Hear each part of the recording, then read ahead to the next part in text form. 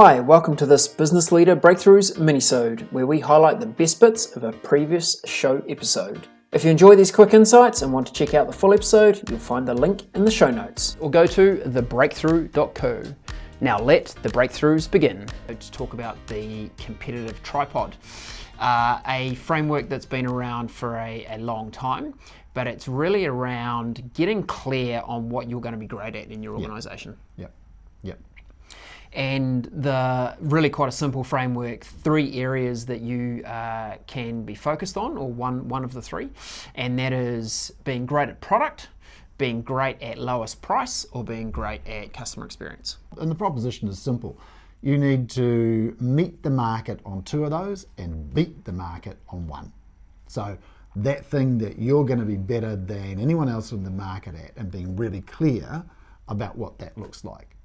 And it's the really useful part that we found was we've used it with clients over the years is to say, okay, not only in your marketing and your kind of business model, but also your capability as an organization. Because from that point of difference, that point of competitive focus, flows the capability that you need to execute on it.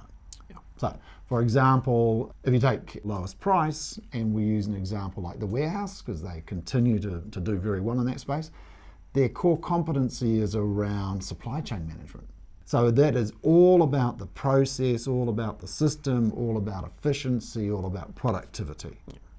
And I think the point you make around operational excellence that allows you to achieve lowest price in market is really important, because anyone can slash their prices tomorrow and be lowest price, but you can never sustain it. The only thing that allows you to sustain a lowest price position in market is that operational excellence, which continues to drive margins through that excellence. Totally. So what's a good product example? Apple is the standout. A really strong capability around innovation. That's innovation is just in their DNA. And it's at all aspects. One of the stories about Jobs was that he took the final step of unpacking, because he knew that people who unpack an iPhone or an iPad or whatever, that was going to be part of the experience. That was part of the product design. Mm-hmm. And it's still a real pleasure. That is the very first step in an Apple experience, is when you get that box, and they are doing that because product is the thing that they want to be famous for. Yeah. And it's what they're great at. Yeah. So when we're saying which area do you focus on, Apple does not say we've got zero interest in customer experience. No. But the thing that they are most focused on is their product experience. Yeah. And then they go, we need to be a market meter on these other things that we do. So this competitive focus is why someone would buy from you rather than your competitor. And I think it's even more important that we put it in the context of a prospect, because there's a different proposition piece that goes with existing customers to whom might be trying to upsell. This is for people who don't know you. So how do you differ from your competitor when it comes to people who haven't been customers of yours? Absolutely. And look, a really good example of the customer experience organization is Amazon. How do you deliver customer experience without high people contact? It's absolutely doable. If you think about the Kindle store for getting ebooks, what happens when you log in? When you log in, there's all those algorithms that sit in the background that goes, because you've read this, you might be interested in this and this and this.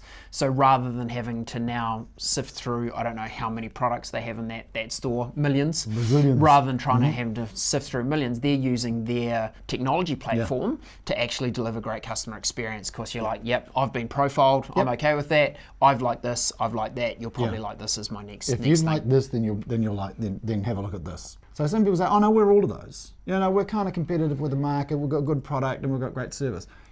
You don't. You're missing something, because you can't be really high quality customer service and great product if you're a low cost operator, right? Because you can't afford it. You just can't afford it. The carrying costs of that high quality customer experience are going to destroy your positioning in an operational excellence, low cost market.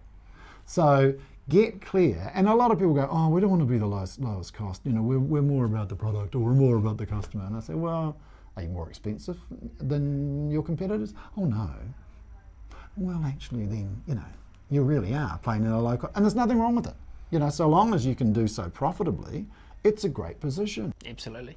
And the clarity here is, what is your company going to be great at? So choose one to be great at. Look, you have to be a market matcher around the others. It doesn't mean if you chose product, doesn't mean you have to be the most expensive or the cheapest. You have to be somewhere in the market so that people kind of go, oh, I can see that I'm paying a premium, but I'm okay with that. Now, when organizations go, oh, we're just going to be great at everything, they end up being mediocre at everything. So what would be a good starting point for someone if they're going, oh, well, I'm not quite sure what we are going to be famous for or great at? Where should they start? Well, I think they should start with the segment of the customer segment they're after.